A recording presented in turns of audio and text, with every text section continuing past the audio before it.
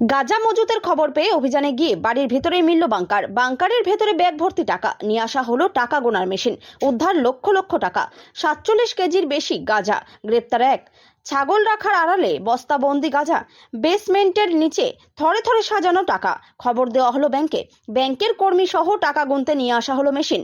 গোপন সূত্রে পাওয়া খবরের ভিত্তিতে মেমারির কৃষ্টি সিনেমা হলের পিছনের পাড়ায় অভিযান চালিয়ে মাদক চক্রের পর্দাফাশ করল মেমারি থানার পুলিশ। গ্রেপ্তার এক। উদ্ধার 47 কেজির বেশি গাঁজা ও প্রায় 42 লক্ষ টাকা। বাড়ির ভিতরেই সরু গলি, সেখানে ছাগল রাখা থাকে। আর কয়েক পা এগোতেই বড় বড় দুটি বস্তাতে গাঁজা দেখতে পায় মেমারি থানার পুলিশ। যার আশেপাশে ছড়ানো ছাগলে খাওয়ার জন্য গাছের পাতা, তা সরাতেই চোখে পড়ে ছোট বাংকারের উপরে লোহার ঢাকনা খোলার পরে পুলিশের চক্ষু চড়ক গাছ।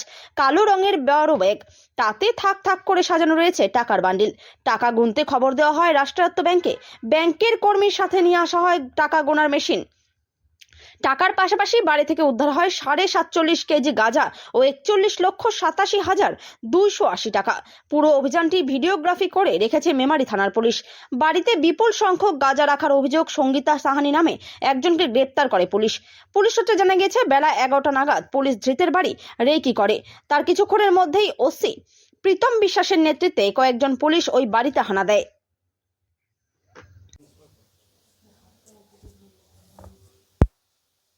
আজকে দুপুরবেলা নাগাদ আমাদের মেমরি পুলিশের একটা টিম এবং SOG team, district SOG team, ওদের ম্যানুয়াল এবং টেকনিক্যাল কিছু ইনপুটস এবং সোর্সের মাধ্যমে 1 নম্বর ওয়ার্ড মেমরি মিউনিসিপ্যালিটির কৃষ্টি পাড়া, সেখানে একটা বাড়িতে আমরা রেড করি এবং সেই বাড়িতে হিউজ পরিমাণ প্রায় 47 কিলো মতো ক্যানাবিস গাঁজা আমাদের ওখান থেকে পাওয়া যায় এবং হিউজ পরিমাণ ক্যাশ পাওয়া যায়, প্রায় 41 লাখ টাকা।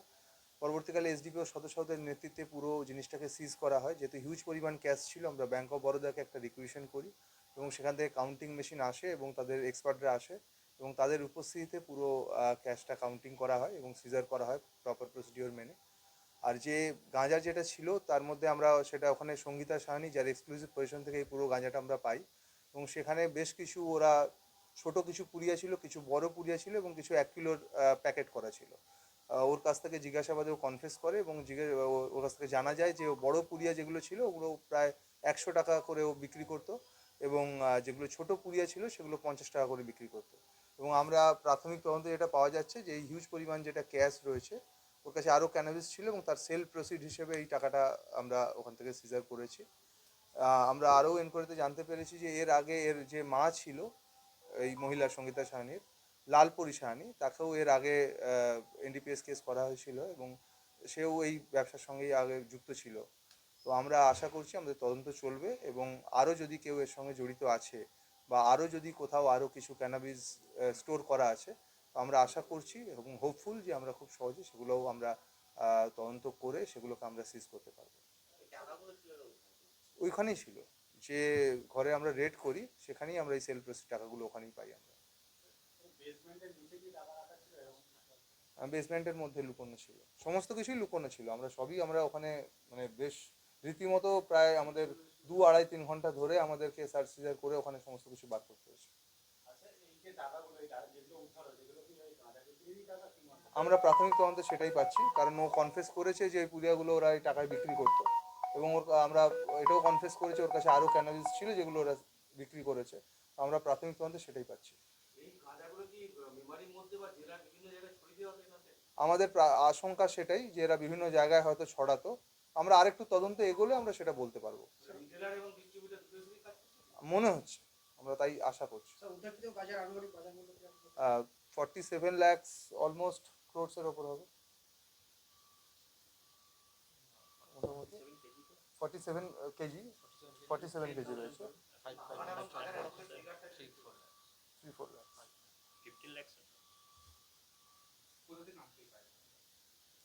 সেটা আমরা তো ওদেরকে ইন্টারভিউশনের পর আমরা পিসি নিয়ে আসবো, পিসি নেওয়ার পর আমরা এটা বলতে পারবো। হ্যাঁ, বাড়িটি আমরা খোঁজ করছি, সম্ভবত মানে এর মায়ের বা এর বাড়ির আর কারো আছে আমরা জেনে নেব। যেহেতু এর মায়ের সঙ্গে যুক্ত আমরা জানতে পারলাম, তো আমরা আশঙ্কা করছি, আমরা দেখি, আমরা খোঁজ করছি এটা। ক্ষতিকারক প্লাস্টিকের ক্যারিব্যাগ বর্জনের নির্দেশ দিয়েছে সরকার। চারিদিকে চলছে সচেতনতামূলক প্রচার কর্মসূচি। রায়গঞ্জেও তার ব্যতিক্রম নেই।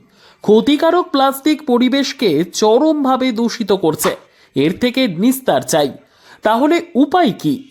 চিন্তা নেই, রায়গঞ্জে চলে এসেছে বিকল্প ব্যবস্থা। সবার জন্য সুখবর।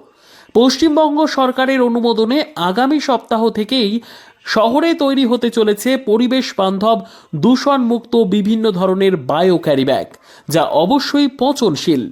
একেবারে সুলভে পেয়ে যাবেন আপনারা। আগ্রহী বিক্রেতা ও ডিলারশিপের জন্য অতি সত্বর যোগাযোগ করুন আমাদের সাথে। আমাদের ঠিকানা ইকো ক্যারি ইন্ডাস্ট্রিজ, জেলখানা মোড়, রায়গঞ্জ, উত্তর দিনাজপুর।